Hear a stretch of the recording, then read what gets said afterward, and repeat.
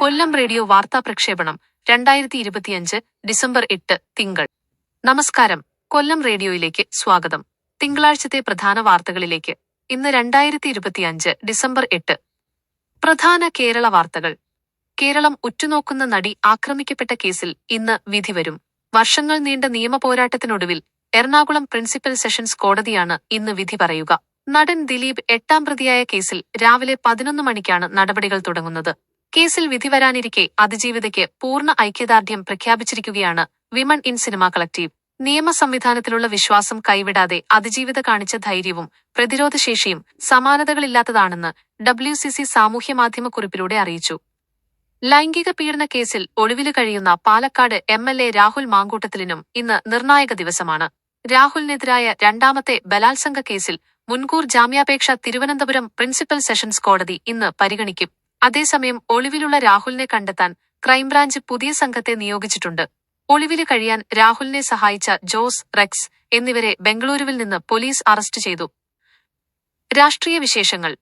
തദ്ദേശ തെരഞ്ഞെടുപ്പിന്റെ 1ാംഘട്ട കൊട്ടിക്കലാശം ആവേശകരമായി പൂർത്തിയായി. തിരുവനന്തപുരം മുതൽ എറണാകുളം വരെയുള്ള 7 ജില്ലകളിലെ വോട്ടെടുപ്പ് നാളെ നടക്കും. വോട്ടെണ്ണൽ ഡിസംബർ 13 ശനിയാഴ്ചയാണ്.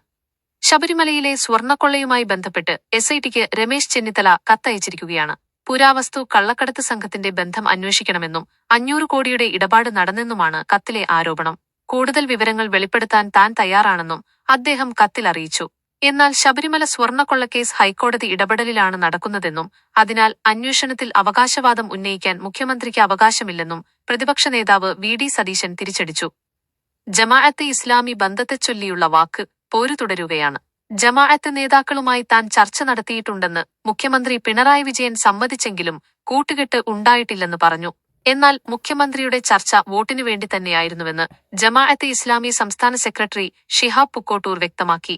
കേന്ദ്ര സഹമന്ത്രി സുരേഷ് ഗോപി സിനിമാ നടനിൽ നിന്ന് ഒരു രാഷ്ട്രീയ പ്രവർത്തകനിലേക്ക് ഇതുവരെ എത്തിയിട്ടില്ലെന്ന് മന്ത്രി V ശിവൻകുട്ടി വിമർശിച്ചു. അദ്ദേഹം നിരന്തരം രാഷ്ട്രീയ പ്രവർത്തകരെ അവഹേളിക്കുകയാണെന്നും മണ്ഡലങ്ങളെക്കുറിച്ച് പോലും അറിയില്ലെന്നും ശിവൻകുട്ടി പറഞ്ഞു. ഇതിന് മറുപടിയായി കുറെ ചെളികൾ ഉണ്ടായതുകൊണ്ടാണ് താമരകൾ ശക്തമായി വിരിഞ്ഞുകൊണ്ടിരിക്കുന്നതെന്ന് സുരേഷ് ഗോപി പ്രതികരിച്ചു. ദേശീയ അന്തർദേശീയ വാർത്തകൾ. സുഡാനിൽ ഡ്രോൺ ആക്രമണത്തിൽ 33 നഴ്സറി കുട്ടികൾ ഉൾപ്പെടെ 50 പേർ കൊല്ലപ്പെട്ടതിൽ ആഗോളതലത്തിൽ വിമർശനം ശക്തമാകുകയാണ്. കണ്ണിൽ ചോരയില്ലാത്ത ആക്രമണമാണിതെന്നാണ് വിവിധ ലോക നേതാക്കൾ പ്രതികരിച്ചത്.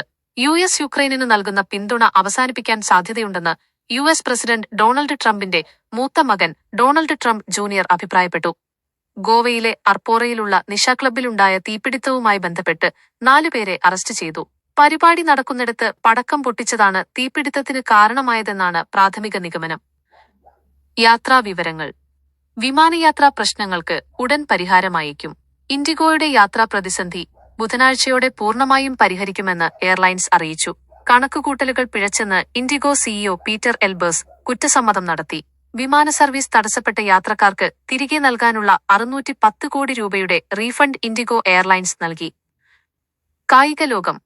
ലയണൽ മെസ്സിയുടെ കരുത്തിൽ ഇന്റർ മിയാമി ആദ്യമായി MLS കപ്പ് നേടി. ലീഗിലെ ഏറ്റവും വിലയേറിയ താരത്തിനുള്ള പുരസ്കാരവും മെസ്സി സ്വന്തമാക്കി. ഫോർമുല 1 കാറോട്ട മത്സരത്തിൽ മക്ലാരന്റെ ലാൻഡോ നോറിസ് ലോക ചാമ്പ്യനായി. ഇത് അദ്ദേഹത്തിന്റെ കന്നി ഫോർമുല 1 കിരീടമാണ്. ഓട്ടോ മൈനസ് ആരോഗ്യം. മാരുതി സുസുക്കിയുടെ ആദ്യ ഇലക്ട്രിക് വാഹനമായ വിറ്റാരയുടെ ബുക്കിംഗ് ജനുവരി മുതൽ ആരംഭിക്കും.